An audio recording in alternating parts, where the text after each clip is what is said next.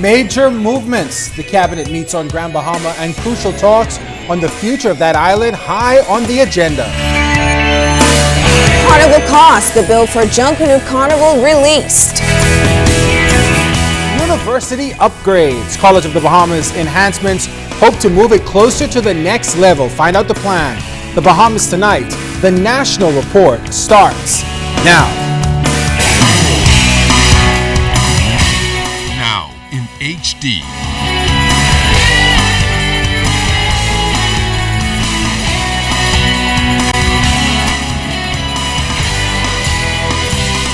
ZNS Network presents The Bahamas Tonight. This portion of the news brought to you by BTC Every Day. Another historic cabinet meeting taking place outside of the capital. Good evening, everyone. I'm Chris Saunders. And I'm Charisma Robinson. Prime Minister the Right Honorable Perry Christie and cabinet ministers held their first cabinet meeting in Grand Bahama today. This is the second time that cabinet has held talks outside of the capital. Among the items on today's agenda, the future growth and development of the Grand Bahama economy and the tax exemption amendment bill. Also today, the country's leaders engaged in high-level talks with executives of the Grand Bahama Port Authority, Hutchison Whampoa, and the Hawksbill Creek Agreement Review Committee. Following that, the Prime Minister and cabinet ministers attended several other events, including recommissioning of the fire station in 8 Mile Rock. Joan Davis-Roll has more. The first leg of the Prime Minister's visit began here in West Grand Bahama, where the Prime Minister along with his cabinet descended in this area to officially open a new fire station. The hierarchy of the Royal Bahamas Police Force and the government giving prominence to the occasion, the ceremony coming as a seat of governance traveled to Grand Bahama to conduct the people's business. The official blessing of the 8 Mile Rock fire station, 2 fire trucks, along with the official ribbon-cutting ceremony by oldest resident in that community, Henrietta Fritt, signaling a new era for the largest community in the country. In his address, the nation's chief says the re-establishment of this essential service is in keeping with the government's overall thrust nationwide. Being able to speak of service and the obligation to serve is one thing. Being able to show that you're doing something is quite another important step that you're taking. Grand Bahama and the people of this area who would have their life's earnings challenged by fire,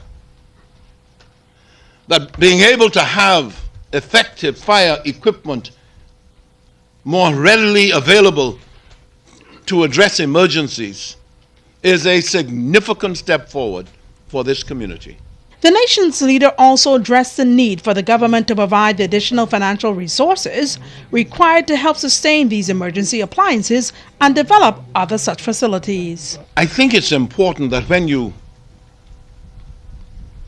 buy equipment that costs as much money as these fire engines, that you have to have 2 approaches to this. One, immediately to find a way of putting up a temporary facility,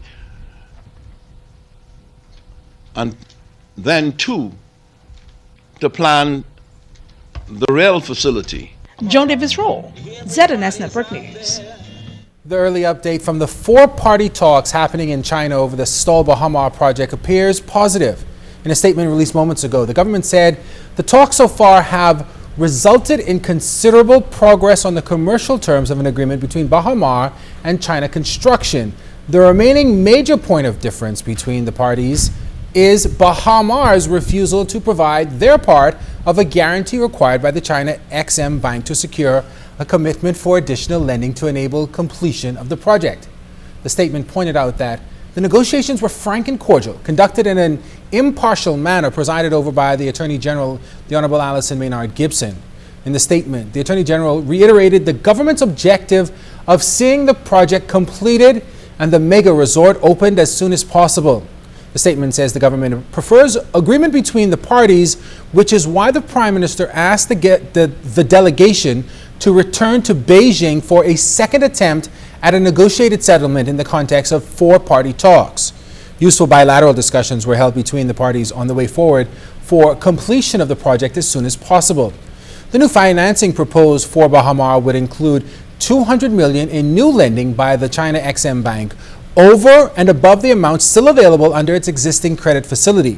The bank has insisted that its new $200 million credit extension be guaranteed by the contractor and or the developer. The developer has proposed to provide a standby letter of credit to back $25 million of the new $200 million credit extension.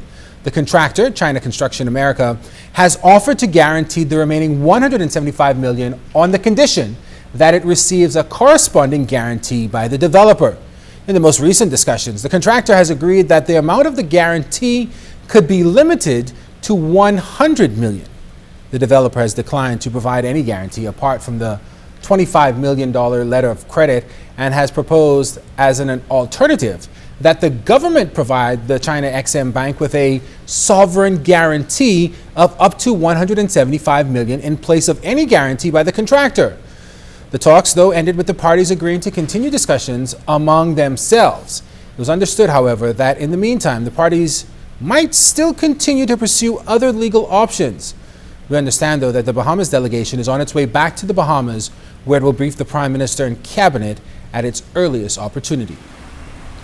The long-awaited Bahamas Junkanoo Carnival report is not only completed, but was made public today. The Commission presented its findings to the media at the Prime Minister's office this morning. During that press conference, the Commission heralded the direct economic benefits generated as a result of the overall Junkanoo Carnival experience. Carla Palmer reports. Chairman of the Bahamas National Festival Commission, Paul Major, says his initial impression of the first Bahamas Junkanoo Carnival has not changed. What a successful event we have had. Major says the Commission's objectives were achieved. Primary of them, creating an economic stimulus with the cultural sector, which also amounted to thousands of jobs. In terms of the people that were able to be financially engaged, 7,208 people, which is an incredible number by any standard. When the final numbers were tallied, Major says $12,947,650 and change was spent to execute the event, with 115,000 people attending events in New Providence and Freeport, Grand Bahama. 86% of all the money we spent, which totaled $12.9 million, was spent in your economy.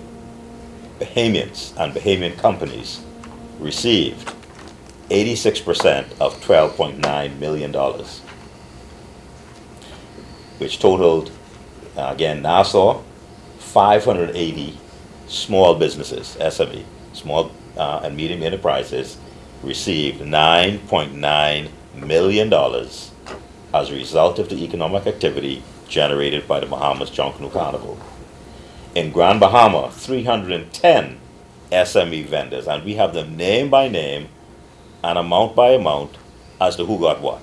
And every dollar and every cent was accounted for.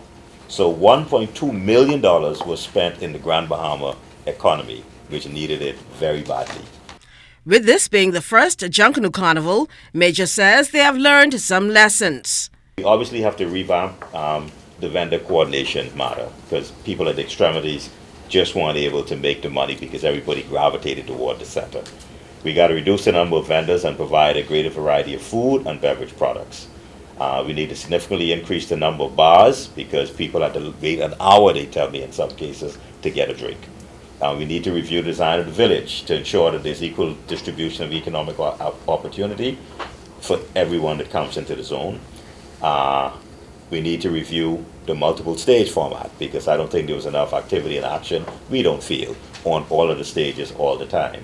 Unlike this year, Major says the next time around, marketing of the event will be better planned, and he's promising a much bigger and better Junkanoo Carnival in 2016. Carla Palmer, ZNS Network News. Coming up in the Bahamas tonight, canine distemper rearing its head in another family island. Find out where. This portion of the news is brought to you by the new Shell and Let It, designed for extra miles.